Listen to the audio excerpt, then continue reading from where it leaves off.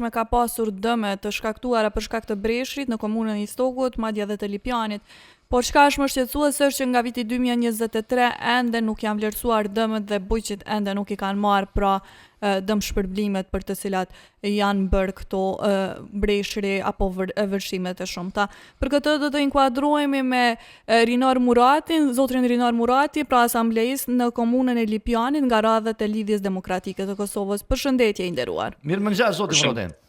Mirëmëngjesi edhe për juve dhe faleminderit për ftesën. Në besuri ndëgjova Artinën edhe po e pam edhe postimin e juaj që keni bërë në rrjetet sociale përkundër asaj se mëram kemi dëme të reja që në vend pjesë të ndryshme të Kosovës janë në nivele të ndryshme. Ne kuptojmë që përkundër asaj që është bërë vlerësimi i dëmeve dhe është dërguar raporti i komisionit tuaj të emergjencave në qeverinë e Ministrinë e Financave, bujqit nuk i kanë marrë kompenzimet për dëmet e shkaktuara 3 vite më parë. A është kjo e vërtetë? Po, natyrisht dhe në postimin cilin e kam postuar dhe ja kam bashkangjitur një video nga gjendja e djeshme, kam thënë se fatkeqësitë natyrore nuk janë në dorën tonë, edhe ato nuk mundemi t'i ndalojmë, por ajo çfarë na takon si institucione janë sigurimet bujqësore dhe kompenzimi i dëmeve. Për këtë, që nga viti 2023, çdo herë kur ka pasur vërshime ose dëme nga fatkeqësitë natyrore, raportet janë dërguar në këtë rast Agjencisë për Menaxhimin e Emergjencave, që është kompetente për shqyrtimin dhe realizimin e këtyre pagesave nga dëmet e shkaktuara, mirë po nga viti 2023 bujqet nuk janë kompenzuar. Cili është arsyetimi? Pse nuk ka ndodhur kompenzimi? Po me gjas mungesë e mjeteve financiare për realizim të këtyre dëmeve. Keni pasur kontakt me këta bujqi, si është situata këtyre tani pas 3 vitesh? Po, unë personalisht kam pas kontakt vazhdueshëm me ta, ku i kam pyet se a ka ndodhur ekzekutimi i pagesave, por që çdo herë edhe ditën e djeshme prap u jam adresuar me pyetje, mirë po më kanë informuar që përsëri vazhdon që të mos ketë ekzekutim të atyre pagesave. Ne, zoti Murati, derisa po bisedojmë, dëgjues shikues po kanë mundësi pa edhe pamjet e dëmeve që janë shkaktuar. Këto janë dëmet e vitit 2023 apo jo? Jo, ato janë dëme nga dita e djeshme. Okej, këto janë më të reja tash, po. Po. Po shohim që edhe në ditën e djeshme ka pasur goxha shumë dëme. Si është situata tani? Keni kontakt me bujqit?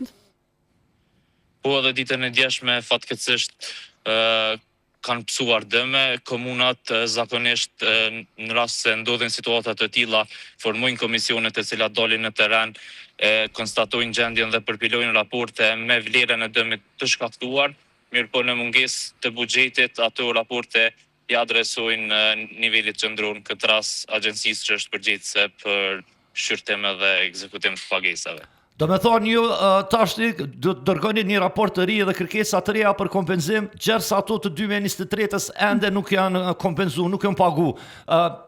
Si arsyetoni ju këtë? Pse më ndodh kjo anomali?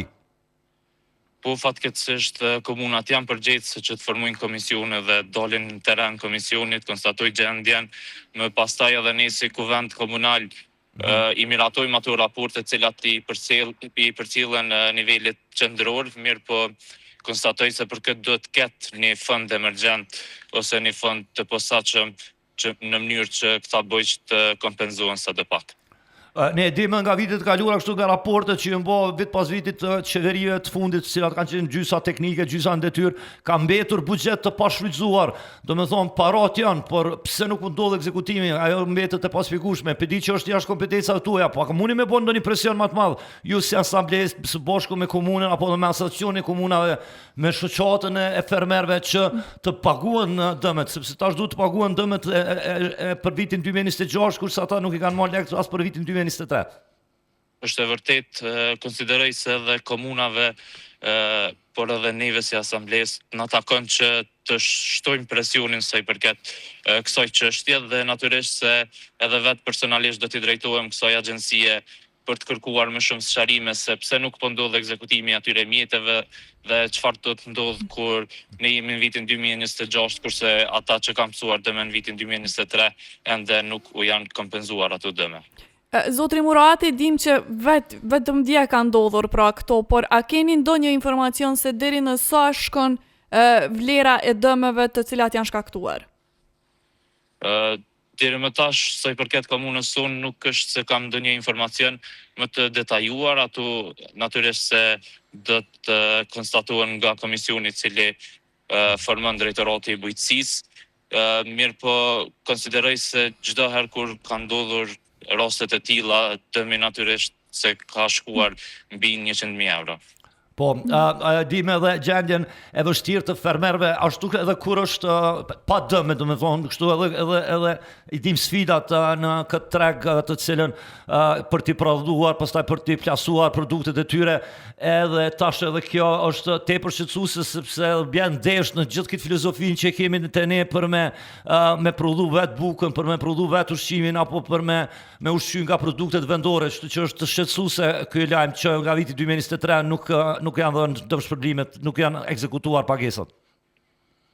Po natyrisht se gjithë atë punë të palodhshme të cilën e bëjnë bujqet dhe që presin që të ardhurat për familjen e tyre, cilat i sigurojnë nga këto kultura bujqësore, më pastaj t'ju shkojnë dëm dhe të mos kompenzohen, është vërtet shqetësuese dhe kërkon trajtim menjëhershëm, konsideroj.